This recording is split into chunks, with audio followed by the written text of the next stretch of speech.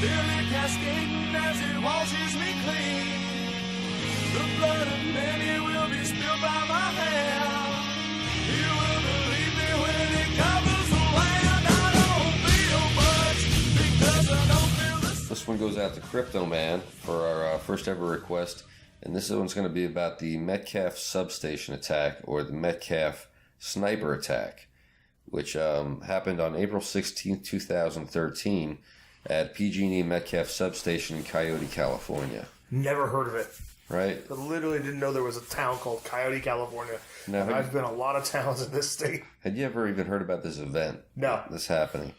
So this is kind of frightening that this happened in 2013, and it must have been so overshadowed by probably something our president was doing that, you know, well, no, it's 2013. How long ago this was? Yeah, that's 6 years ago. 6 years ago. Obama was in it. Yeah, this is the middle of Obama's last presidency. Okay, so I can't blame it on this guy. Yeah.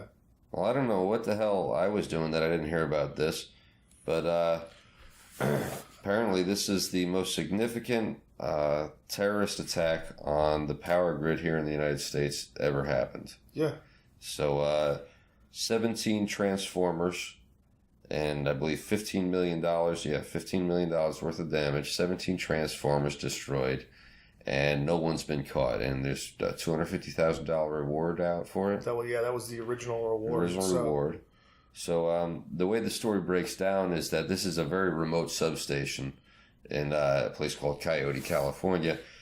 Definitely off the beaten path. And I believe it's an unmanned power station. Okay. So it's just like fences? Fences around generators and whatever else, makes up a substation. Security cameras? There were security cameras, there were electric fences, and there were transformers there, as well as something that was containing oil. I don't know whether that was the transformer itself or something that was actually like burning oil to create electricity. I don't know enough about that substation. I'm going to go ahead and just go by the timeline to break down exactly what happened here. At 12:58 a.m., phone cables were cut in an underground vault near the substation. At 1:31 a.m., they opened fire on the substation for 20 minutes, destroying 17 transformers, and by 1:50 a.m., the attack was over. No one was on the scene when the police arrived. More than 100 shell casings were found. No prints. It was supposed to be for AK-47 shell casings. Power had to be rerouted to prevent a blackout. It took 30 days for repairs to be made to the substation. It caused $15 million in damage. They found small piles of rocks near where the shots had been fired, the type of formations that can be used for scout firing positions. Let's see. I've got more information here, but there's an actual video, and I'll put it up here to show you guys. The video is of a chain link fence getting hit by bullets, but just before the bullets start to fly, you'll see these rounds. You'll see like a single flashlight kind of go on and off.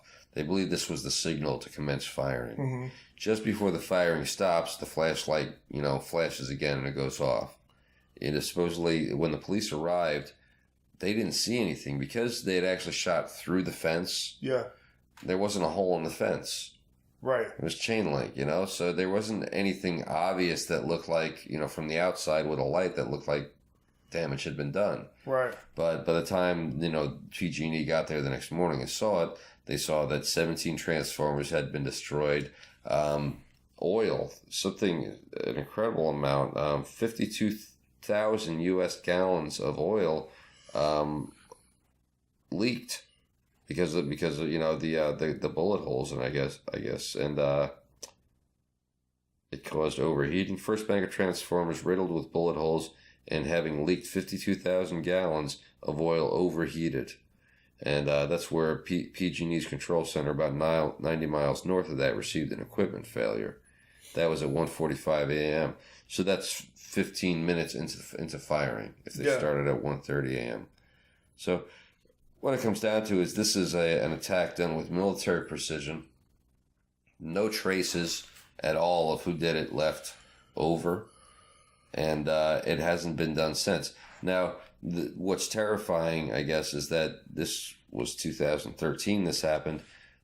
And they not only did they throw a $250,000 reward out there, which Right. no one's collected to date, but they also pledged PG&E pledged $100 million to upgrade the security at all of their substations because of this type of thing.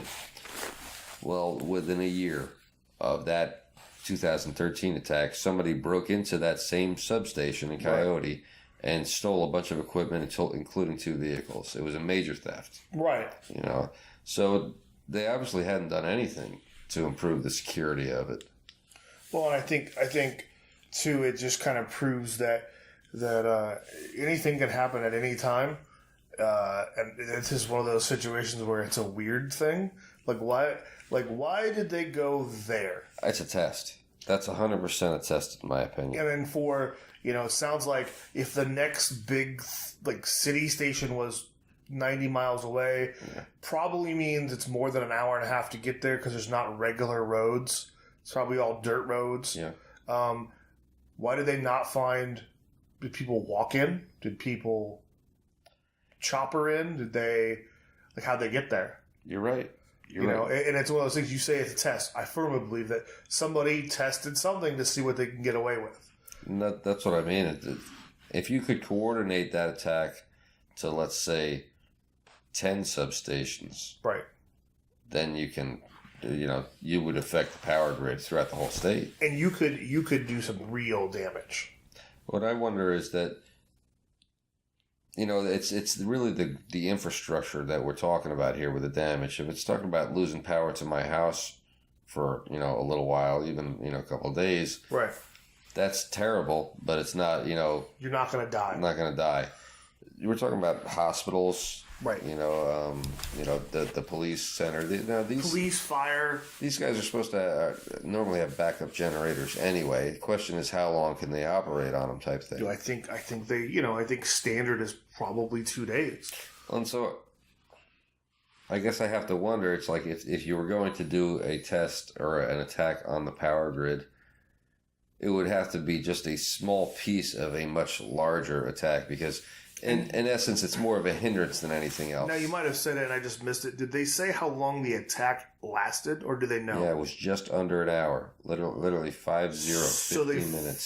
So they fired firearms for 50 minutes. No. For 50 minutes includes the time when they cut the phone lines. They fired rounds for about 20 minutes. Oh, that's what I'm talking about.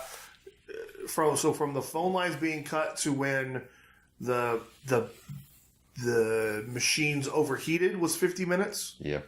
So or to the last, the bullets stopped. Yeah. So literally 12:58 a.m. Right. So that's when the AT&T fiber optic telecommunication cables were cut not far from U.S. Route 101, just outside South San Jose.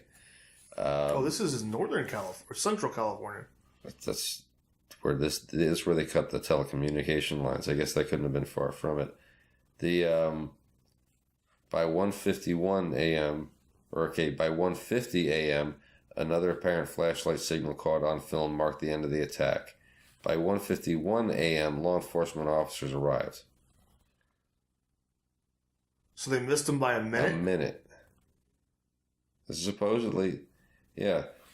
I'll go down the whole rundown again. I mean, it's at 12:58. We have those fiber optic cables that are cut. Okay. At 1:07 a.m., some customers of a Level 3 Communications, an ISP, Internet Service Provider, lost service. Cables in its vault near the Metcalf substation were also cut. And so that was the first indication, but it was their cables. And let's face it, when fiber optic cables were cut, especially, you just don't know right away why. It could be an accident, could be something else. So that's 9 minutes right there. Yeah. So now from 12:58 to 1:31, nothing happens. That's 33 minutes, 32 minutes. It's a half hour basically when nothing happens. So it took them a half hour to get from where they cut the communication lines to firing position. Okay. That's odd. You would think you'd have two different teams, one down there cutting and one getting ready to shoot. 1:31 a.m. a surveillance camera pointed along a chain link fence around the substation recorded a streak of light that investigators think was a signal of a waved flashlight, followed by a muzzle flash of rifles hitting the fence. 1:37, they receive an alarm. That was probably from the bullets hitting the fence. 1:41, the sheriff's department in Santa Clara receives a 911 call about gunfire from an engineer at a nearby power plant that still had phone service. By 1:45 a.m., the first bank of transformers riddled with bullet holes leaked 52,000 gallons of oil and overheated. That sent a signal to a control center that was 90 miles north of the substation. By 1:50 a.m., another flashlight signal caught on film marked the end of the attack. 100 rounds expended, blah, blah, blah. So 1:31 to 1:50, that's 19 minutes? Right. So yeah, 19 minutes of fire, and say 100 rounds. That could have been one weapon. Yeah. That's crazy. I mean, and the thing too is I think... An AK-47 could easily you'd only need one to fire 100 rounds in a half hour. 19 minutes. No, and I think too it's 100 rounds really is nothing. That's nothing. So really the rounds could have been, if there's 15 machines that were fired upon. If they knocked out 17 transformers with 100 rounds. Yeah. That's pretty good shooting. In the dark, right? I mean, that's some good. They knew where they were pointing. Yeah, well, and they had clearly had the optics that would allow them to see at 2 a.m. or 1 a.m. Yeah, that just doesn't seem something like Billy Joe Jim Bob would have done. No, it's not some hillbillies in. Hold on, I just looked up where Coyote, California is. It is actually Northern California. It's Coyote is an unincorporated community in a narrowing of Santa Clara Valley by Coyote Creek between San Jose and Morgan Hill, Morgan Hill's Madrone District in Santa Clara County. Part of Coyote is inside the city limits of San Jose. It's the 95013. So from here, Coyote is basically, I'm going to say, about 115 miles? I just wonder if it was, it's 2013. I never heard about it. And what, again, whatever it was a test for. I don't think it ever happened. Or hasn't happened yet.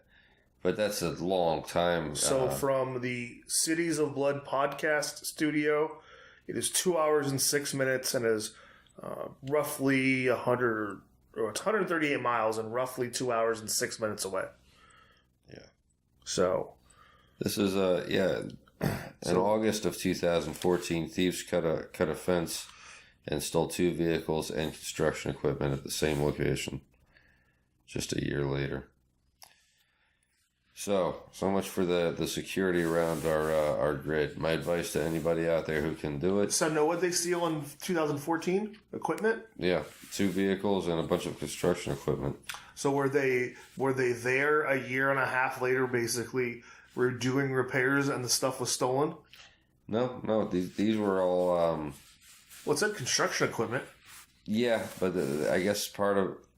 It was a huge fenced-in area that's around this place. Like the footage I saw from it just looked like it was kind of a yard where you park vehicles. You've seen. Okay. It's like a yard more.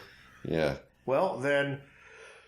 It's just interesting that, they were supposed to upgrade security and they literally got robbed a year later. I doubt the 2 events are related in any way. The first event seems much more of a tactical military exercise. That was either a black op from the United States military, or it was a coordinated operation by their, I don't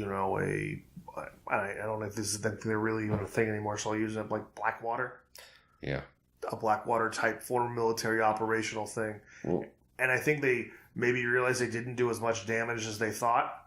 even though they did $15 million in damage, they didn't do the public damage that they wanted. Yeah.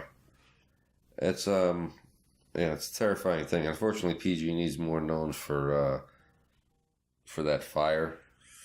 Up, the like campfire. the car fire. And then, Or the car fire. And then before that, the whole was a San Bernardino neighborhood that got blown off of the map.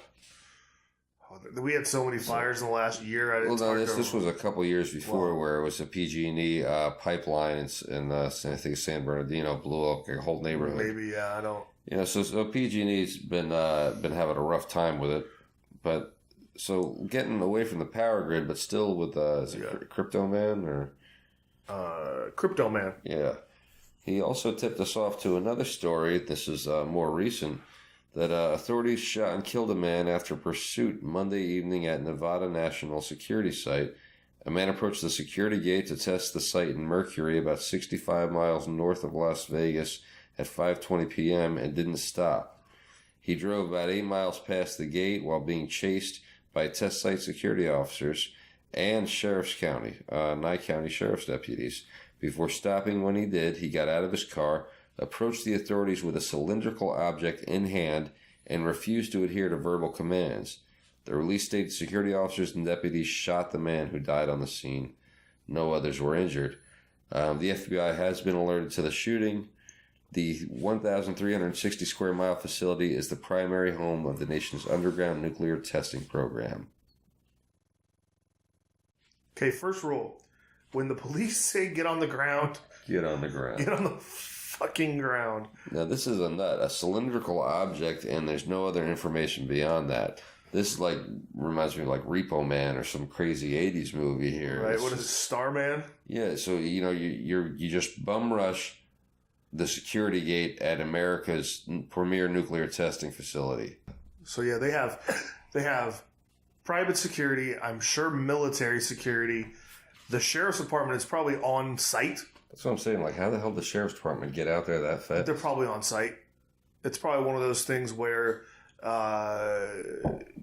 have probably, I don't want to say a substation, but they have, a patrol unit that's just there, and they probably drive the perimeter on the outside. That's, this guy obviously was not in his right mind, but it also makes you, your mind can go crazy with conspiracy ideas about this type of thing. This literally is like a scene right out of a movie. Here's a guy running past this gate of a... It reminds me of that TV show, I don't know if it's still on, it was a couple years where they built a time machine and they would go back and try to stop Kennedy from being assassinated. Oh, that was with James Franco? No. That was a show I think on Netflix or Amazon Prime or something. Yeah. This was an NBC show, and it was similar. He'd go back in time, but they went back to the Civil War, and I think they stopped Abe Lincoln from getting assassinated. But then when they would come back, things would be changed, and But it kind of reminds me of it could be something a crazy, time traveler guy who was trying to be don't do this. A cylindrical object that just makes you wonder. It's what and why would you be racing onto a base instead of off the base? Sorry, folks, instead of off of a base. Right. You said beforehand you don't talk with your hands. You've hit the mic 3 times. I did. Yeah. Watch the other episode, folks. I think we both hit the microphone. Yep. But I think too, they're saying cylindrical object. Did he have a shiny sphere that was glowing? Did he have maybe a... was a cylinder. I'm thinking of some type of Doc Brown, Well, yeah, that's what I'm saying. What was it? He's got the plutonium for the time that's what I'm saying. A plutonium type case. Did he have a crowbar or a piece of It's just it's crazy that he was going onto the base. Rebar. What's even crazier is that how do you get past the front gate? Right now, on a standard military base, I could see that happening. Back in the day. Right, 30 years ago. Yeah, when I was in, you had 30 years ago. We had a 45, and probably, an M16? What do you call it? In the headshot, it was just 2 guys with 45s. So, granted, what do you call it? I think we might have gotten a Berettas by then. Okay. Granted, you got 2 Marines shooting at you with 9s or 45s, you might catch, but you could get past it. I could see that happening. in today's day and age, when And like I said, that I'm thinking this was a student base. There was nothing on this base that was critical. I've been on to the base where they launched the subs from. yeah, That's a different type of gate entirely. You're not sure. I mean, the odds of you just blasting through that thing. yeah. I wonder how exactly this went down. I would like to seen that gate. And I know I was in San Diego, I don't know, maybe 4 or 5 years ago, and we were at Pendleton, and even Pendleton had the white barricades. Yeah. That you almost like had. It was almost like the line at Disneyland. It kind of snaked around, Yeah. so you couldn't drive straight on. Exactly. You couldn't even get more than I'm going to say 7 or 8 miles an hour. Because you would have to turn. And it's one of those things where they're doing it to slow you down. Yeah. And the entire time you're driving up, someone's pointing a gun at you. Yeah. You may not see it, but they are. And that's what I mean. So this guy had, I guess it's funny because 520, this is literally as everybody's heading home for work. Yeah. He's heading in the opposite direction. He goes in. I wonder if he, I don't know, I feel like it's like one of those things that, did he drive through, did he get in through the Back gate. Or not maybe the back gate, did he get in and then, sped away as he got in? Yeah. Type deal. I'd love to see the video because there's got to be video of And someone's got to have posted it by now. We just haven't found it. Yeah, if I can find video of this one, Hey, Dark Web, help us out with some video. Seriously. This is just, it could just be a suicide by cop scenario. Yeah. An extreme suicide by cop scenario. And I feel like, is he doing it to bring some sort of attention to the base? Well, if he did, the only attention he's brought is by our little podcast here and Crypto Man letting us know about it, because otherwise I don't see it making national news. There's a lot of, big stories out there every day. And so you're competing with all that. A guy gets shot while trying to enter a base. Nothing really happened. And his car didn't explode or... Yeah. There was he didn't have 14 gallons of uranium on his... I'm sure it was big news for that town. I'm sure. I'm sure whatever local radio station they have covered it. I'm sure it wasn't the news on Las Vegas TV or anything like that. It just does make you kind of wonder, what the hell was this guy thinking, and what could he have possibly tried to... I think with this guy who knows what he was trying to do or trying to accomplish or what he was trying to bring attention to, it's just one of those weird... Lost in the wash. And honestly, it's probably one of those things we're never going to know about. Yeah, definitely. I don't think... Maybe in... I don't know, because when did this happen? 2 years ago? I don't think this was that long A year ago? This event. I'm going to say it's probably going to... Maybe in a year... Let's say 5 years from now, we look back and we do... Hey, we ever find anything else? We might find something out. Yeah. Because like I said, we were trying to figure out what base is nuclear. So for me, I would say it was the Navy would be nuclear, but, well, there's NORAD. That's true. NORAD probably is the one running it, but that's the whole thing is. I'll look into that. We'll probably never, unless his family and friends come out and make a big stink. If this was anything other than a crazy person, in an elaborate suicide by cop scheme, right? Then, like you said, we'll probably never know. It could be. It's just all speculation at this point. It could be everything like this guy had some type of rare life form that he was bringing to the nukes, because who the fuck knows? I mean, really, why would you be going into a base with something rather than coming out of a base with something? Right. The whole thing doesn't make sense. And then this Metcalf substation thing. That one to me is... We haven't heard anything since. I mean, other than the robbery a year later, and it's been since 2013, so that's 6 years ago. 6 and 5 years ago almost, yeah. If you were planning on doing something, it would have already happened. Yeah, you would think that's all right. Well, we the test did what we thought it would do, and so now we're ready. I don't know what. And then the test got pulled, or the task was pulled. The task was successful. No. I'm talking about the bigger task. Yeah, it's if you're going to take away, or maybe it was. Hey, look, $15 million is $15 million. It cost them $15 million. Maybe that was the thing. Well, this is a perfect excuse for you to go solar. This is this is a perfect excuse for you to not only go solar or to have a backup generator, backup natural gas generator, something like that. Because if the power grid ever did get hit like that, if you were the one solar guy on the block, you'd be the most popular guy on the planet. Everybody be wanting to hang out at your house. You know, just don't bring your pets. Phil has enough. All right. So, yeah, who knows? Maybe go solar and protect yourself from imminent attacks on our power grid. Well. And so shout out to Crypto Man for bringing up those two topics. We truly appreciate that. You got any other ideas? Any other topics anybody? You want us to bring it Hit up? us up? Yeah, anybody. Leave us a comment. We'll talk about anything. The blood of many will be spilled by my hand. You will believe me when it covers the land. Hello, everybody. This is Phil Lassaro. And I'm Alexis Derevko. And this is the Cities of Blood podcast. And we need you to subscribe and hit the bell notification so you can know about all of our content. And if you're fascinated with serial killers, conspiracies, crimes of all sorts, then this is the channel for you.